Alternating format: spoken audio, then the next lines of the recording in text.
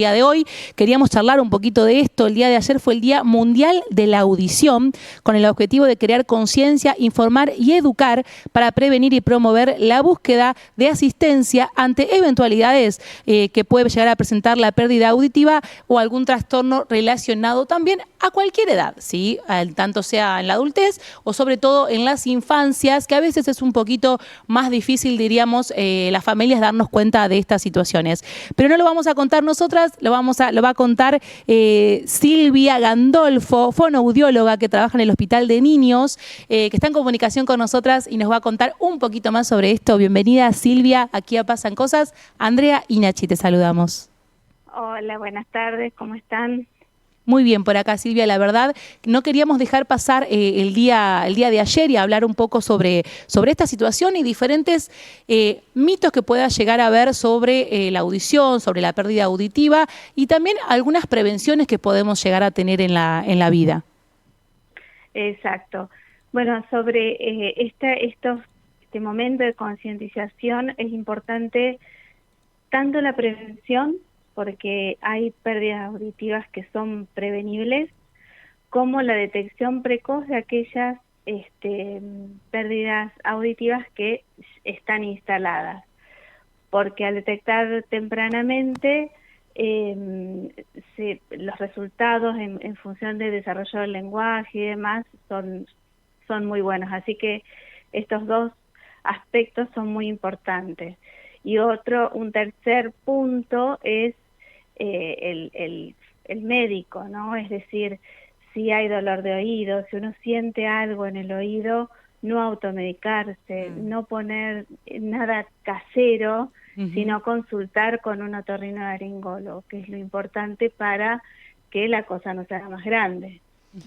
Silvia, ¿hay conocimiento de en qué porcentaje las personas que pierden la audición es por alguna cuestión genética, hereditaria, alguna enfermedad o por estímulos externos, digamos, por auriculares con un fuerte volumen o algún tipo de circunstancia de esa manera? ¿Se conoce en qué porcentaje es uno o es otro?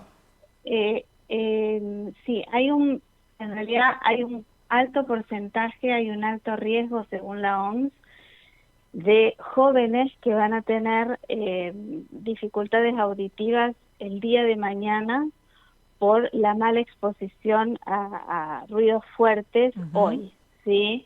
Es un índice muy alto y la idea, bueno, dentro de lo que es la prevención de esos dos aspectos que hablábamos, es cuidarse hoy para no tener las consecuencias mañana, ¿sí? La exposición tanto al hecho de estar con el videojuego, los auriculares, ya desde bastante pequeños, sin regular la intensidad, es un factor muy importante de riesgo auditivo.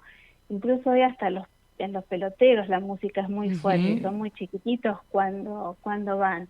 Y es como que la exposición al ruido es acumulativa, o sea, se va marcando lo que después en un futuro puede devenir en una pérdida de audición. En este caso, sí, Silvia, antes de irnos de los auriculares que comentabas recién, ¿cuál sería el volumen adecuado? Porque sabemos que los auriculares suelen tener como un aviso que te muestran en el celular cuando te estás pasando del sonido sano o adecuado, pero a veces en los videojuegos, y eso no sé si es lo mismo. ¿Hay algún parámetro? En la radio. Claro. Tal vez hay algún parámetro que podamos decir, hasta acá podemos ir. Exacto. En realidad lo ideal es siempre usar equipos que tengan una cancelación de ruido que prevenga que el ruido no sea excesivo, o aplicaciones que advierten y que uno lo pueda manejar a partir de no más del 60%. Y yo le digo a mis pacientes como una forma casera para saber si eso está siendo excesivo, es decir, cuando están con los auriculares o por ahí para el monitoreo de los padres, cuando están sus hijos con los auriculares, es bueno, si yo hablo, está mi hijo con el auricular y hablo, ¿escuchan mi voz y pueden entender lo que digo? solo escuchan mi voz o ni siquiera escucho que estoy hablando. Bueno, nosotros hablamos entre 60 y 70 decibeles aproximadamente. Entonces, si ni siquiera escuchan que estoy hablando, está siendo excesivo. Claro. ¿Sí? Eso es como algo casero, digamos, Sí. para monitorearse uno y para monitorear a los nuestros, ¿no? Y lo mismo sería, Silvia, cuando estás escuchando música o mirando televisión sin necesidad de estar usando un auricular, con el propio parlante del equipo, porque ahí también puede haber volúmenes excesivos y uno no conoce o no se da cuenta. Sí, por acostumbramiento.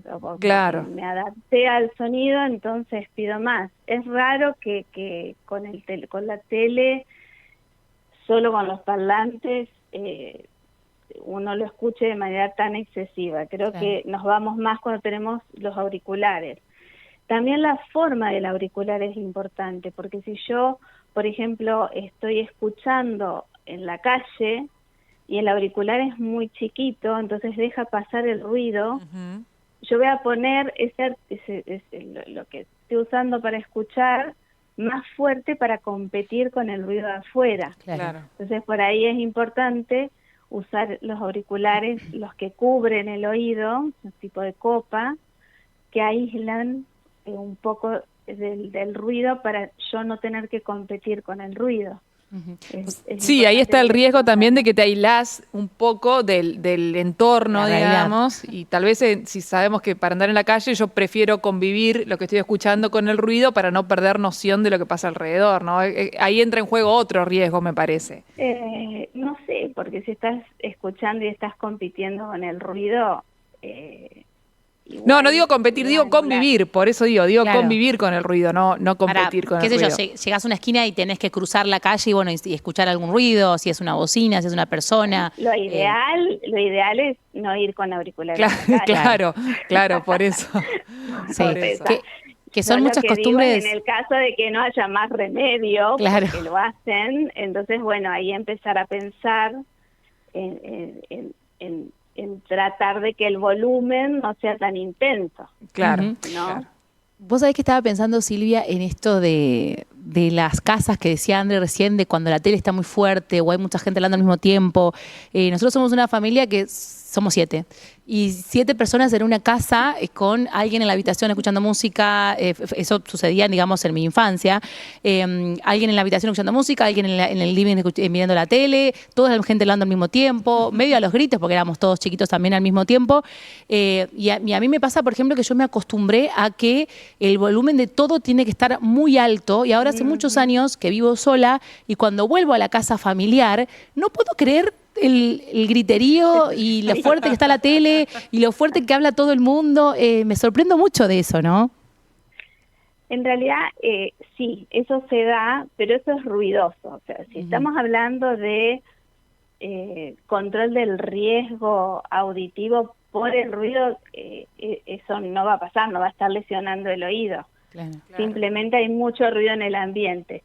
Esos ambientes sí pueden complicar a una persona que no escuche bien, que tenga algún tipo de pérdida auditiva, porque es muy difícil para una persona con disminución auditiva escuchar en entornos tan ruidosos. Claro. Sí. Pero después son hábitos de escucha. Silvia, ¿y hay algún estudio de control o de prevención que se pueda hacer como hay en tantas otras áreas de la medicina, digamos? Vamos de manera regular al odontólogo, vamos de manera regular al oculista, al ginecólogo. ¿Para el oído hay algún estudio así de, por lo menos para tener conocimiento de cómo estamos antes de decir, che, ya no escucho nada? Qué linda pregunta. Sí, para todas las edades. A los recién nacidos es obligatorio por ley en nuestro país hacerle una evaluación auditiva con un estudio totalmente no invasivo, no doloroso, rápido, para detectar precozmente si hay algún tipo de disminución o de problema auditivo. Y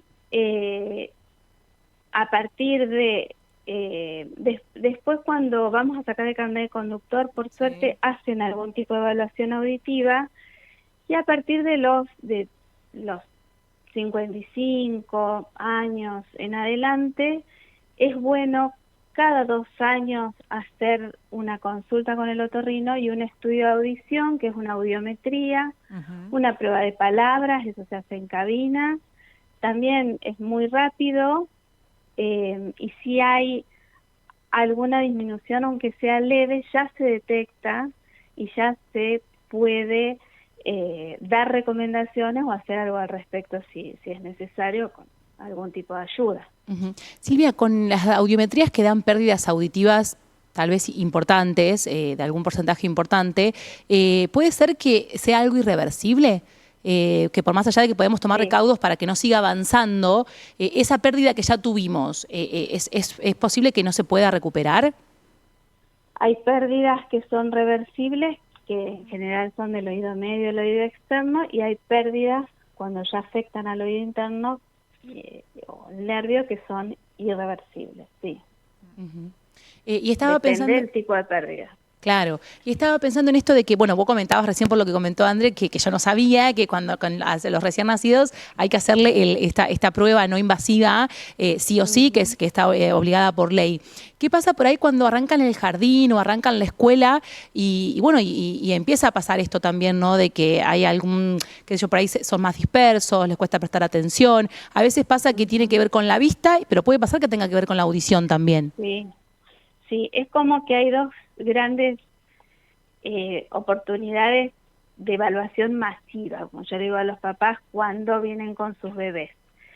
Cuando no hay ninguna, se hace una autoemisión acústica, que es el estudio que se hace, da bien, y no hay ningún antecedente, ni el bebé tiene algún antecedente de haber estado en neonatología o algún problema en el embarazo, si el bebé no tiene ningún antecedente, y los familiares, tanto papá como mamá, no tienen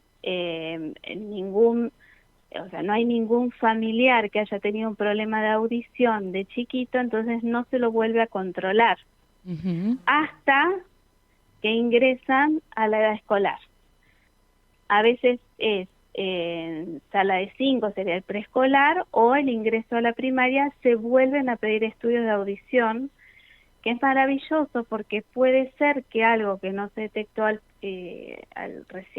nacimiento pudo haber aparecido tardíamente alguna disminución.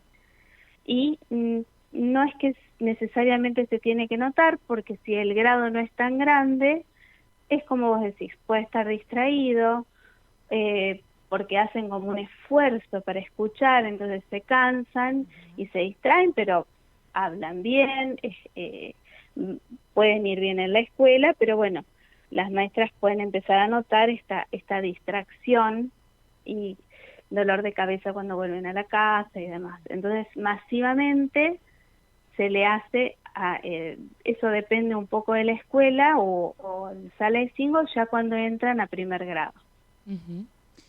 Bueno, pensar, Silvia, Biometría. Claro, pensar, Silvia, también a toda la gente que nos está escuchando y algunos cuidados que podamos llegar a tener. A ver, yo pienso mucho, nosotras con Andrés somos mucho de ir a recitales, mucho de ir a recitales. Y, no a veces, y a veces, sin querer, quedaste muy cerca de los parlantes porque, bueno, y así nada, no esté muy cerca, igualmente el volumen es muy fuerte. Es muy fuerte muchas veces. Y hay algún instrumento que está muy fuerte. Digo, hay algunas precauciones que podamos llegar. Viste que hay mucha gente que dice, no, yo me pongo algodoncito en los oídos. Eso sirve de algo, no sirve de nada, es un mito. Sí, el algodón no sirve. Listo, no sirve. El algodón no atenúa, tapa. Claro. Están los tapones, los maleables, los que se usan para los trabajadores, que se expanden adentro del oído, esos sí atenúan. Pero como recomendación es estar alejados de los parlantes lo más que se pueda. Si vamos a estar un tiempo muy prolongado, cada hora darle un descanso al oído de unos 10 minutos, 15 minutos, para que, si el ruido es excesivo, para que descanse del ruido. Y los tapones, bueno, no sé si al que le gusta ir al recital se pondría tapones para escuchar el recital. Claro, porque eso si bien a lo mejor no bloquea el sonido, sí lo atenúa, claro. Y no escuchás lo mismo que estarías Ajá. escuchando sin el tapón. Bueno, sí, es una buena recomendación porque atenúa. No el At- algodón no atenúa. Bien, Claro. entonces atenúa un poco y bueno, a los que nos tenemos que cuidar, en mi caso, como yo el oído izquierdo, podría también atenuar para no tener que no ir al recital directamente, como decíamos recién. Claro, claro. En el cine también pasa que a veces está muy fuerte el volumen, Sí. ¿eh? A mí me ha pasado en algunos, Es terrible. sí, en algunos cines también Es terrible. que a veces te asusta, los chicos se asustan también cuando vas a ver algunas películas Más si son películas de acción, sí. con mucho estruendo, con mucha cosa así. Es que estamos teniendo, por eso la OMS este año es como decir, bueno, vayamos juntos por la prevención, porque estamos teniendo una cultura del ruido. Todo es ruidoso. Por eso hoy, más temprano les mencionaba el pelotero. Sí. Yo hace muchos años, cuando fui tía, antes de ser madre, y empecé a ir a los peloteros, me asustaba del nivel de ruido que tenían. Son muy chiquititos, entonces como que los vamos introduciendo en una cultura del ruido. Por ahí todos tendríamos que tomar conciencia de qué tan ruidosos somos o cuánto, a qué nivel de ruido ponemos también a nuestros hijos, a los más chiquitos, ¿no? Es como una cultura, se va generando. Otra situación también puede ser algo más chico que no sea un recital, como casamientos, pubs, que está fuerte Sí, a veces que en los bares pasa también, ¿no? Sí, no puedes ni hablar. También. Que no se puede hablar con el de al lado por el volumen de la música. Exacto, ahí la recomendación sí sería alejarse de los parlantes, siempre estar alejado de los parlantes, que es la fuente digamos, del impacto es muy fuerte cerca, entonces tratar de localizarlos visualmente y alejarse de los parlantes. Sentarse para el otro lado. O también Sí, en la medida que se pueda. muchas personas elegimos cuando queremos charlar con esa persona con la que fuiste, a ciertos bares no ir. Porque sabés que en ese lugar no vas a poder hablar y decís, bueno, voy a uno más tranqui, que seguramente que sí, o bueno, esto también de sentarnos lejos de donde sale la música también sería una buena opción.